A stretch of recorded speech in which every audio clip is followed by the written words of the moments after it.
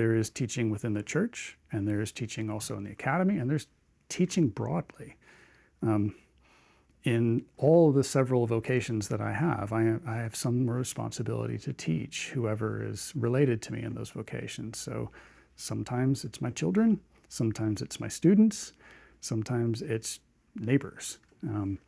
Not in the same formal sense that I teach in the classroom, and not in the same sort of formal sense that a pastor would teach from the pulpit, but it is still trying to help people do their best with the gifts that they've been given to think well about the world that they've been placed in, about who they've been made to be, about who God has called them to be in relation to himself. And it's an absolute joy to do, even though at various places those efforts are difficult in certain ways, right? And so the last decade of teaching has been learning how to navigate all the difficulties, partly.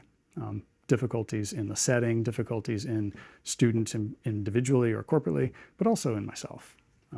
Knowing where I fall short and trying to grow in ways that I explain things better now, or I teach things better this way than I had a decade ago.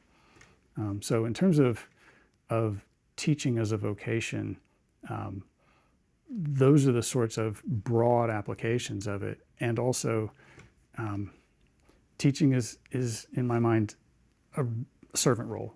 I'm my student servant as best I can for 3 semesters of systematic theology, in order that whenever they run up against a problem, I'm not just the guy who grades their papers.